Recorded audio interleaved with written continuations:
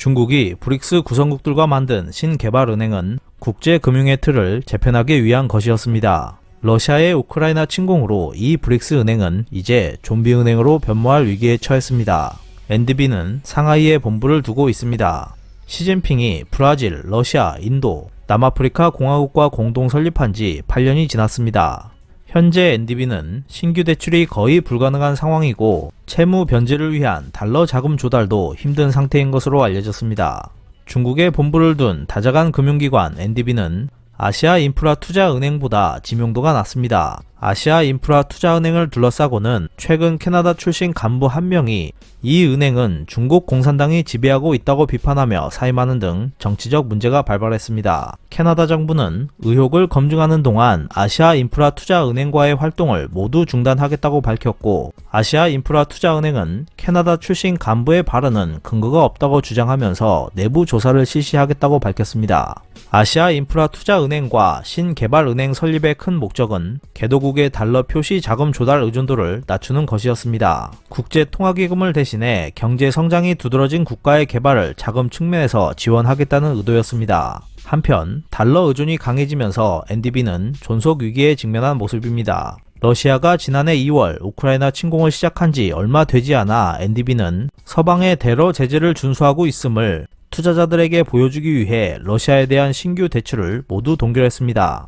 하지만 미국 금융업계에서는 러시아가 약 20% 출자하는 엔비디에 자금을 대는 것에 대한 경계감이 커졌습니다. 시진핑이 푸틴과 연대를 강화하고 있는 것도 우려가 됐습니다.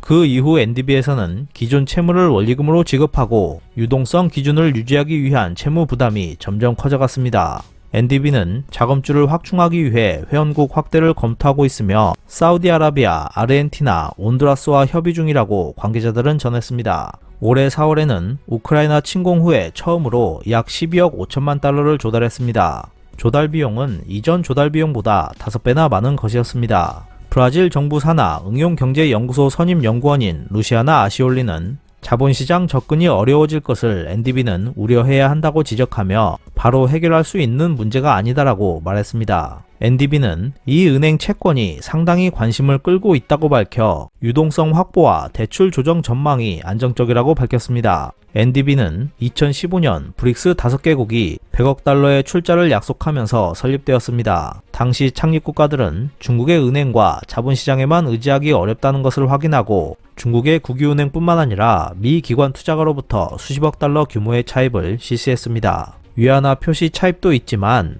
NDB 차입의 약 3분의 2는 달러 표시로 가맹국은 달러 의존에서 벗어난다고 하는 목적과 어긋나고 있었습니다. 어쨌든 NDB는 자금을 확보하기 위해 대출을 시작했습니다. 2017년 10억 달러 수준이던 대출 규모는 지난해 초 약 300억 달러까지 확대됐습니다. 그중 100억 달러 이상은 브릭스 국가들의 인프라 사업과 C19 대책을 위한 자금으로 충당됐습니다. 그 후 러시아가 우크라이나를 침공했습니다. 신용평가사 피치 레이팅스는 2022년 7월 NDB가 달러 표시 채권 시장 접근에 문제가 있다며 신용 등급을 낮췄습니다. 관계자에 따르면 투자은행 관계자는 NDB에 대한 신규 채무의 차입 비용은 우크라이나 침공 전의 4배 이상이 될 가능성이 있다고 전하며 NDB가 자금 조달을 단념한 경우도 있었다고 말했습니다. 급격한 금리 상승은 개발은행의 운영을 사실상 어렵게 했습니다. 다자간 금융기관에서는 회원국으로부터 자금을 모아 자금을 활용해 저금리로 차입하고 이를 회원국 대출에 사용합니다. 개발은행 자체의 차입 비용이 상승하면 회원국 대출 금리도 상승해 개발은행의 목적 자체가 훼손돼 버립니다. 중국은 국내 경기가 둔화하는 가운데 NDB의 재무 기반을 강화하기 위한 추가 자금 출연에는 지금까지 소극적인 모습을 보여주고 있습니다. 미국 금융업계에서는 NDB에 대한 새로운 우려도 나오고 있습니다.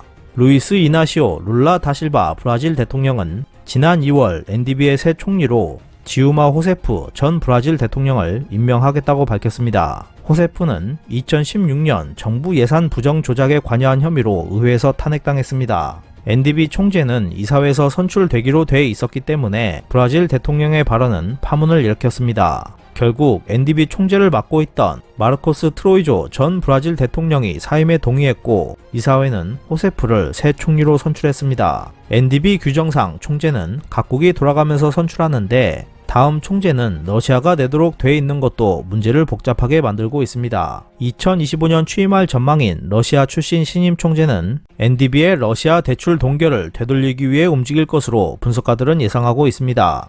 회원국 확대를 둘러싼 사우디 등과의 협의가 NDB의 대폭적인 자본 증강으로 이어질 조짐은 보이지 않고 있기 때문에 NDB의 어려움은 계속될 것으로 전망되고 있습니다. 이상 피커TV였습니다.